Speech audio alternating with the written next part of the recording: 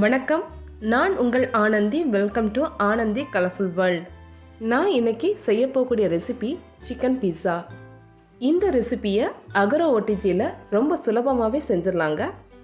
மாவு ரெடி பண்ணுறதுக்கு முதல்ல ஈஸ்ட் ஆக்டிவேட் பண்ணிடலாம். ஒரு பவுலில் 1 கப் பால் சேர்த்துடலாம். சுகர் 1 டேபிள் ஸ்பூன், லேசாக கலந்து விட்டுடலாம். 1 டீஸ்பூன் ஈஸ்ட். பால் மிதமான சூட்லேயே இருக்கணும், அப்போ தான் ஈஸ்ட் இந்த மாதிரி ஆக்டிவேட் ஆகும். ஈஸ்ட் நல்லா பொங்கி வந்திருக்கு.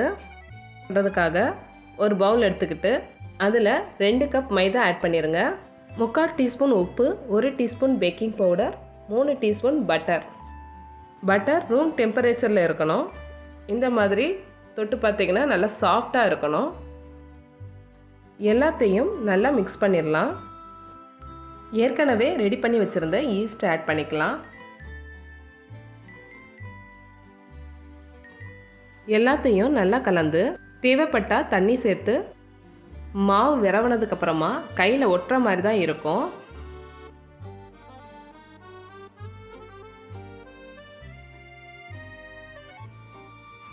ஒரு ரஃப் ஏரியாவில் ஆயில் அப்ளை பண்ணிவிட்டு மாவை இதில் மாற்றிடலாம்.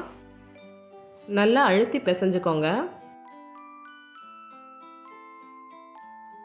கையில் இனி மாவு ஒட்டாது. இந்த மாதிரி மாவை ரெடி பண்ணி எடுத்துக்கோங்க. ஒரு பவுலில் ஆயில் அப்ளை பண்ணிவிட்டு இந்த மாவை அதுக்குள்ளே வச்சிடலாம்.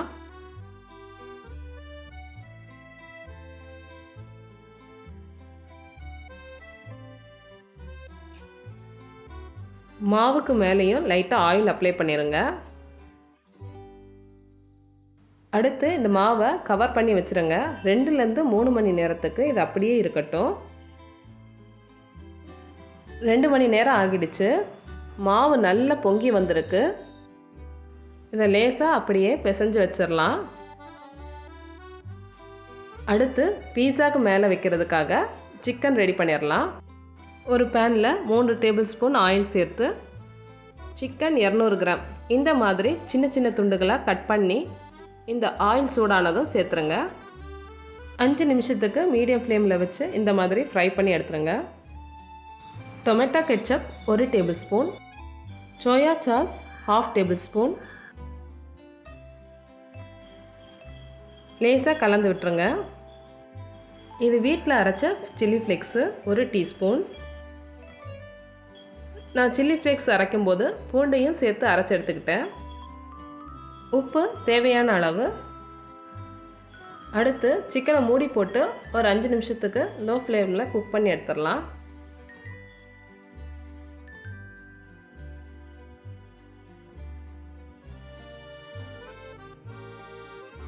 சிக்கன் நல்லா குக் ஆகிருக்கு. வேற ஒரு பிளேட்டில் மாற்றி வச்சிடலாம். அடுத்து பீஸா பேஸ் ரெடி பண்ணிடலாம்.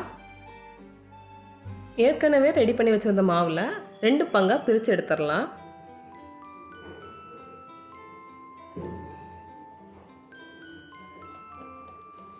இது அப்படியே ரவுண்ட் ஷேப்பில் தட்டி எடுத்துடலாம்.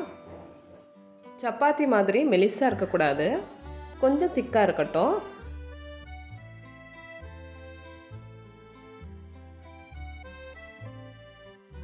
அடுத்து பீஸா வைக்கிறதுக்கு ட்ரே ரெடி பண்ணிடலாம். ட்ரேயில் ஒரு பட்டர் பேப்பர் போட்டுட்டு அதில் லேசாக பட்டர் அப்ளை பண்ணிடுங்க. அதுக்கு மேலே ஒரு 1/2 டேபிள் ஸ்பூன் ரவை சேர்த்துருங்க.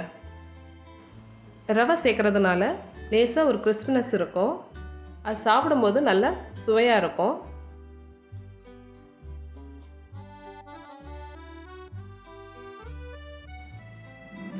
மாவு மேலே வைக்கும்போது கொஞ்சம் கவனமாக வைங்க. உங்கள்கிட்ட பீஸா பிளேட் இருந்துச்சுன்னா அதுலேயே மாவை வச்சு இந்த மாதிரி ப்ரெஸ் பண்ணி விட்டுருங்க. அடுத்து நூடுல்ஸ் ஸ்பூனை வச்சு இந்த மாதிரி நான் ஓட்டை போட்டு விட்டுறேன்.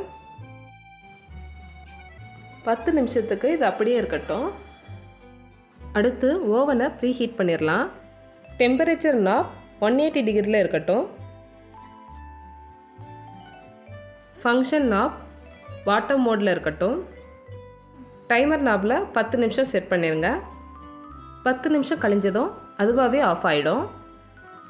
இந்த ட்ரேவை ஓடிஜியில் நடுவில் உள்ள ரேக்கில் வைக்கிறேன்.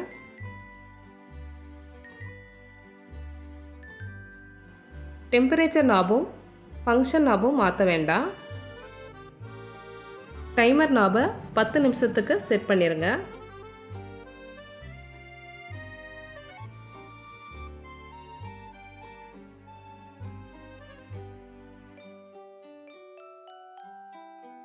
எனக்கு 6 நிமிஷத்துலேயே பீஸா பேஸ் குக் ஆகிடுச்சு. அதனால் ட்ரேவை வெளியில் எடுத்துடுறேன். ட்ரேவை வெளியில் எடுக்கும்போது கவனமாக எடுங்க, நல்லா ஹீட்டாக இருக்கும். பீஸா சாஸுக்கு தேவையான பொருட்களும் அதோட அளவுகளும் கொடுத்துருக்குறேன். அதை அப்படியே கலந்து எடுத்துக்கிட்டால் போதும். பீஸா பேஸுக்கு மேலே தேவையான அளவு பீஸா சாஸ் சேர்த்து ஸ்ப்ரெட் பண்ணி விட்டுருங்க.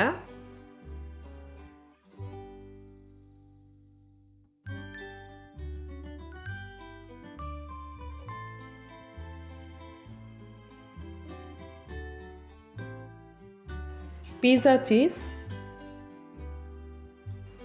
கொஞ்சம் தாராளமாகவே சேர்க்கலாம்.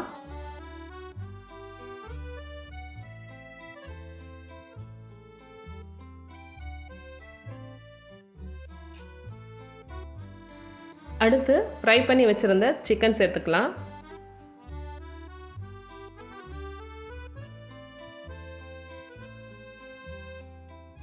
அடுத்து கேப்சிகம். உங்களுக்கு தக்காளி பிடிக்குன்னா தக்காளி சேர்த்துக்கலாம். இதுக்கு மேலேயும் சீஸ் சேர்த்துக்கலாம். சீஸ் சேர்க்கும்போது இந்த மாதிரி துருவியே சேருங்க.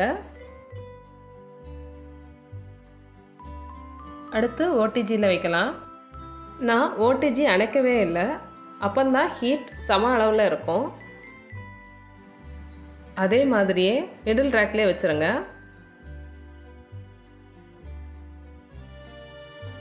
டெம்பரேச்சர் மோட் 180 டிகிரிலே இருக்கட்டும். ஃபங்க்ஷன் நாபை டாப் பாட்டம் மோடில் மாற்றிடுங்க. டைமர் நாபில் 5 நிமிஷத்துக்கு செட் பண்ணிடுங்க. டைமர் நாபில் 5 நிமிஷத்துக்கு அப்புறமா மறுபடியும் ஒரு 3 நிமிஷத்துக்கு செட் பண்ணிடுங்க. செட் பண்ணதுக்கப்புறமா ஃபங்க்ஷன் நாபையும் அப்பர் மோடுக்கு மாற்றிடுங்க. மேலே பார்த்தீங்கன்னா தெரியும், அப்பர் ராட் மட்டும் ஹீட்டில் இருக்குது.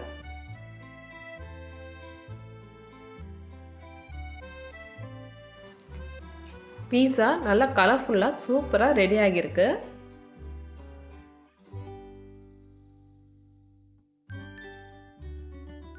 பீஸா நல்லா சூடாக இருக்குது. கட் பண்ணிடலாம். கட் பண்ணும்போதே நல்லா சாஃப்டாக இருக்குது.